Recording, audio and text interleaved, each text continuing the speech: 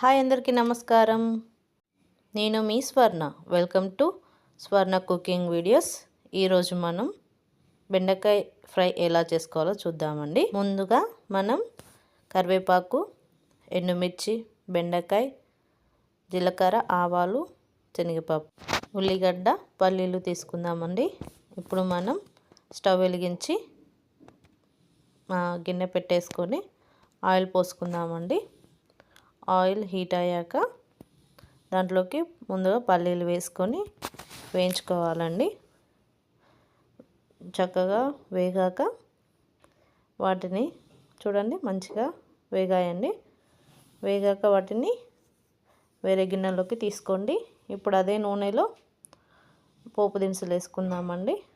పోపు దినుసులు, కరివేపాకు, ఎండుమిర్చి వేసుకొని ఒకసారి కలుపుకోండి.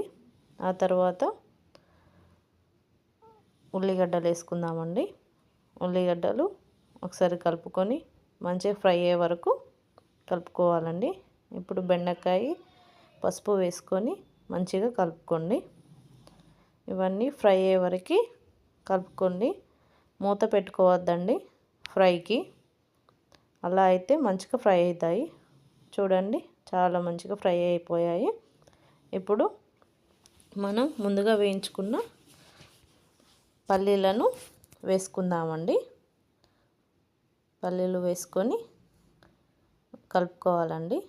మా పిల్లలకి, మా చిన్నానికైతే పల్లీలు అంటే చాలా ఇష్టం అండి.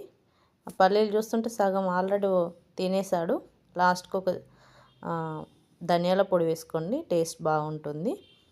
మా పెద్దోడైతే అసలు పల్లీలే తినడండి. మా చిన్నోడు బాగా తింటాడు. వాడు ఎప్పుడైతుంది కూర అడుక్కుంటూనే ఉంటాడు.